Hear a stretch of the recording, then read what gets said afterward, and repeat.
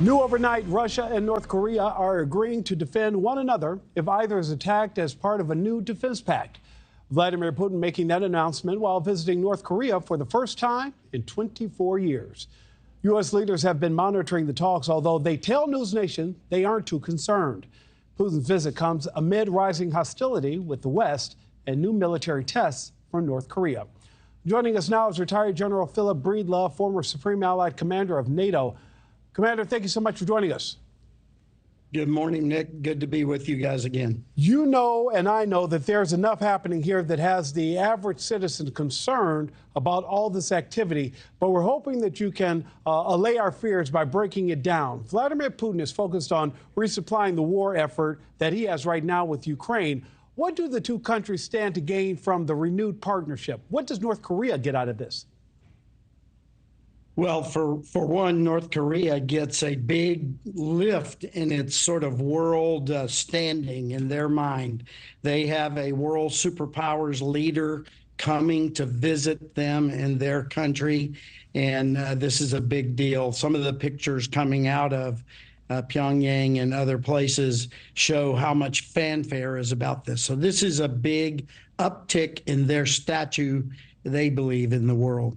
Commander, you know, my pastor used to say you can't serve two masters. So what happens here between Russia, North Korea, and China? Because there have been some questions over how China views this meeting. A Russian foreign policy expert even weighed in on that. Where do you stand on that? Well, in the past, what most have said is, you know, China considers North Korea sort of their under their guardianship, under their supervision. They are most concerned about North Korea. And frankly, they're concerned about North Korea becoming too boisterous in nuclear exchange and things. So they don't want North Korea on their border that is problematic. And for China then to see Russia beginning to have talks with North Korea and wondering what is the quid pro quo? What is North Korea going to get from Russia? Is Russia going to aid their nuclear program and so forth that China wants to keep strong control over? And so I think China is very concerned about these talks that are not under their purview or supervision. Because to be clear, Commander, not only does the U.S. not want North Korea and Kim Jong Un to have access to nuclear weapons and develop their nuclear arsenal, China doesn't want that either. That's exactly what I meant. I didn't say it very well, but China doesn't want a boisterous nuclear power on their border.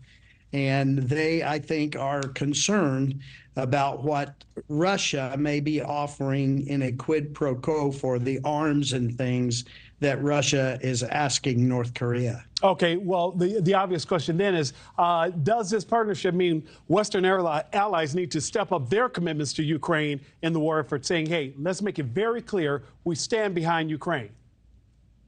Well, I absolutely believe that, and I believe that before Mr. Putin went to North Korea. We are in a tough position in Ukraine. We have not given them what they need to win this fight, and we haven't made the policy decisions yet that we need in order to move forward with giving Ukraine what they need to win this fight. And so, as you correctly stated, this is just one more log on the fire. It should increase our level of effort to get Ukraine what it needs. And with the U.S. and Western allies dragging their feet with giving Ukraine the support they need, Vladimir Putin and Kim Jong Un are loving all of this. General Philip Breedlove, thank you so much for joining us this morning. Thanks for watching, everybody. Go to joinnn.com to find NewsNation on your television provider. Also, don't forget to click that red subscribe button below to get more of NewsNation's fact-driven, unbiased coverage.